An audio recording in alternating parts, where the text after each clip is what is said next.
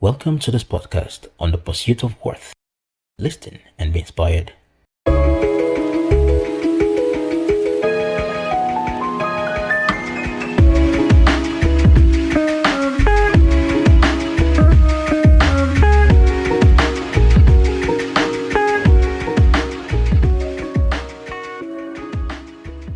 If you look at the staggering number of business failures, which actually arises because a lot of businesses do not incorporate foresight into their daily operations. And also, actually, it's very important that you look into the statistics that actually shows that the businesses that incorporate foresight activities into their daily operations are 33% higher or more likely to generate increase in their profit than those who didn't. And also it is there is a likelihood that they experience over 200% increase in their market capitalization. So this is not something that any business startup should take lightly.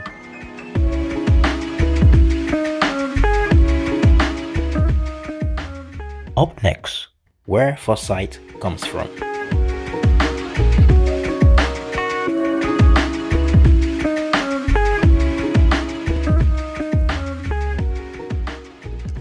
Hey, it's Nasiru here again today. Today I want to talk to you about a fundamental question that I had always asked. This question is, where does foresight come from? I want you to think about it. Think about it with me. I will ask the question again. Where does foresight come from? So most of the time, when I ask people where do they think foresight come from, the obvious answer is they think it comes from the eyes, from what we see, because it is the eyes that projects what we see. So they say, hey, it's come from the eyes.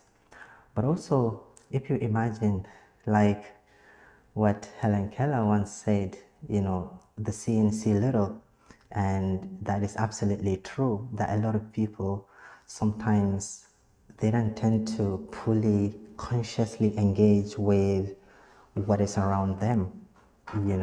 So but on top of that, also, if you think about, if you close your eyes, can you still imagine the future or not? Close your eyes just like I did now. Are you able to still imagine the future? Yes. So the point being that although there is a form of foresight that comes from the eyes, it's not only limited to what we see.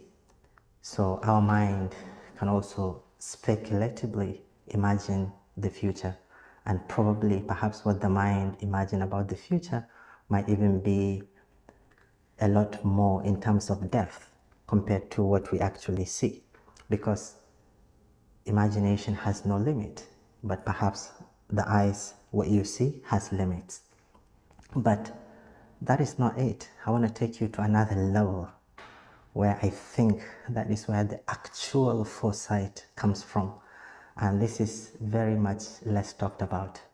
And I would argue that actually foresight comes from the gut. So we've gone from the eyes to the mind, and now we've gone to the gut. Now, the reason why I say that it comes from the gut is it takes a lot of courage for someone to even allow themselves to imagine a certain future.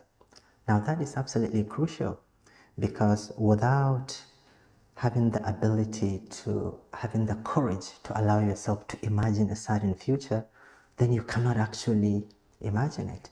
And even if you allow yourself in your mind to imagine a certain future, it takes a lot of courage that comes from the guts to be able to take the next step and act towards that desired future that you anticipate. And hence why you hear the saying gut feelings, for example. So I do feel that strongly. This idea that foresight is limited to what you can see is quite very limiting. If you want to enjoy the full benefit of what foresight is and want to engage fully in mastery of the future, You need to allow your foresight to come from the guts. And sometimes courage to think about a certain future requires certain practice. Thank you very much. If you find this useful and helpful tips, please share with friends. Thank you very much.